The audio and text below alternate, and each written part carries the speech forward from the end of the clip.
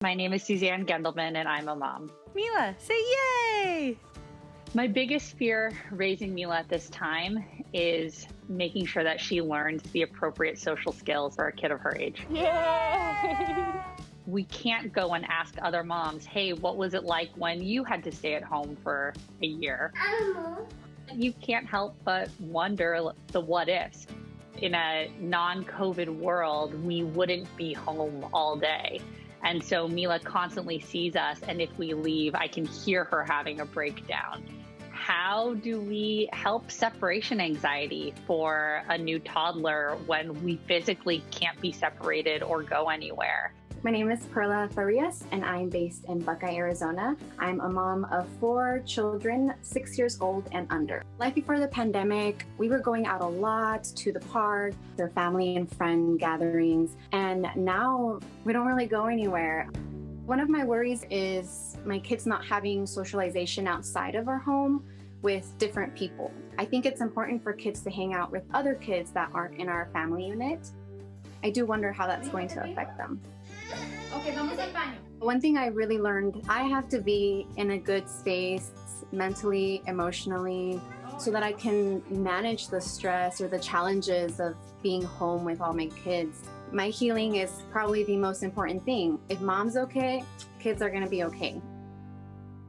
Joining us from their home in San Francisco, Suzanne, and Perla is at her home in Phoenix. Thank you both for sharing your video diaries. Full disclosure to our audience at home. You know, we reached out to so many parents on social media who have these groups, and a lot of parents didn't want to come on because they didn't want to be judged by being so open about this worry, this concern for whatever reason. And Suzanne, you became a first-time mom just 5 months before the shutdown.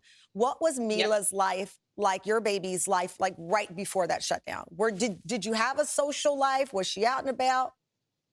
Incredibly social. So a couple weeks after Mila was born, as a new mom, I really knew that I wanted to find as many support groups and mommy and me groups as possible. So we were going to drop in mommy and me music classes, swim classes, just your typical weekly mommy and me check-in. So we probably had 3 or 4 activities at minimum per week where she was seeing other kids and interacting with other kids. And I was seeing other moms and interacting with other moms. And I think when that shut down, that became the hardest change of all, was what happened to her support group of parallel play that you talked about. And then what happened to my support group of moms that I get to see, where I get to look at other babies and think, oh, is this normal? Is what my baby's doing okay? Or is she doing something totally different than everyone else? Right, because, you know, you have those milestones that they tell you you're supposed to look for. And I felt that Moses, the last time he played with a child his age, he was 9 months. Today, Moses is 21 months old. And we only recently had an outdoor play date from afar with a friend whose kid is about his age. You've said that your daughter, you told my producer, that Mila has actually seen more giraffes at the zoo than actual children in person. Yeah, the San Francisco Zoo has 6 giraffes, and she got closer to them probably than she's gotten to that many kids all at once. How does Because that here make we you had, feel knowing that? I mean, gosh. I think on one hand, it made me feel really fortunate that we have a zoo nearby. That Yeah. was an activity we can do when we shut down. On the other hand, I think it makes me really sad because, my life pre-baby, I'm very social. I love being with my friends. And so I had this idea in my head that I'm sure every new mom does of what their life is going to be like with their new baby. And it was just a totally Yeah. different reality than what I expected. Perla, I know you have kids in the home. You have the twins who are 2 years old. So you had other children to kind of guide you, like, okay, this is what the other kid did at this age. So you had some point of reference. What was new, as I understand, in the life that you experienced with the 2-year-old twins is this fear of, for example, the delivery man. And we know kids have stranger danger fear at around a certain age, but you grew concerned because this was a different level of suspicion of people because everybody now suddenly has a mask on. Right. Whenever my twins, who are 2, see someone in a mask, they freak out and they immediately come to my legs or they want me to hold them. I mean, it's scary because they can't see if they're smiling, and it's really hard to see to take a guess at, if they're a good person or a bad person. How do you And we try to describe the talk them through. freakouts? How's that different than when your other kids maybe were a little suspicious of a new person in the home versus this level of freak out with the twins? With my older two, it was more like they would just kind of turn to me. With the twins, they kind of start crying and screaming a little bit. It definitely seems more fearful. In the New York Times, there's an article titled Childhood Without Other Children. And Suzanne is in that article. And you mentioned that childhood experts believe that the most important relationship with kids, especially that toddler age, is the relationship they have with their parents. And I called my son's doctor and I asked that question. The most important thing is a relationship between you and your child. Was that at all helpful to you when you were looking at the issues that you were concerned about, which particularly circled around independence? It definitely made me feel better. I think on one hand, knowing that me being around is the best thing for Mila will always make me feel better as a mom. It still doesn't change the fact, though, that I worry about things like independence and separation anxiety when there's absolutely no separation between us and Mila. You say this year with your 4 kids, you were feeling what you referred to as touched out. What does touched out mean?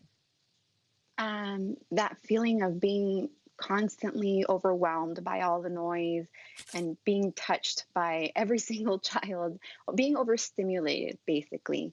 Every day is there's so much going on that it gets very stressful. And I have to take a breather, many breathers every day, and find ways to, practice self-care at home. Yeah. I want to bring in someone I just admire. Her advice is always so sound. Dr. Edith Bracho-Sanchez. She's a pediatrician at Columbia University, New York-Presbyterian Hospital. And she's here safely with us in the studio. Welcome back to the show. Dr. Edith, the touched out is obviously more about how the parent feels, like everybody is demanding, but that energy at some point in time surely is picked up by our children. And it's foreign to them because they've never seen us feel this way, perhaps. How does that impact them? Yeah, Tamron, I'm seeing so much of this parental burnout and this feeling touched out. It's really so common right now. We've asked parents to do something that is not only unrealistic, it is also unsustainable. So what I'm telling parents is you need to process so that you can then parent, right? As your guests were saying, and I'm always just, in admiration of the things that parents have figured out on their own throughout this pandemic. Right. It's taking care of their own needs and having some self-compassion. But there are some things we just can't do. For example, with toddlers, you learn to speak by seeing someone's mouth move. When everyone around you, except for your parents in the home, are covered with masks, I have a ton of friends have called me and said, is Moses talking yet? How many words is he saying? And then they're measuring our count against their count because they feel that, like me, is there a speech delay? Is there a communication delay? Yeah. And try getting a therapist in your home. It's simply not safe right now for many of them. And so those services are gone that kids need help with. Yeah, and some of these services have moved online. It's not the same. And it's not the same. You try, right? But I wouldn't say, Tamron, there's a lot that you can do as a parent. Yes, they learn from the back and forth, from seeing your mouth, from seeing your facial expressions. They learn words, right? Which a screen can never do. I have been reassuring parents, you can do that for your child. Yes, it would be better if they had more people who are using different words, who are using different facial expressions. But we are in a world that is upside down, and you can meet that demand, that need for your child.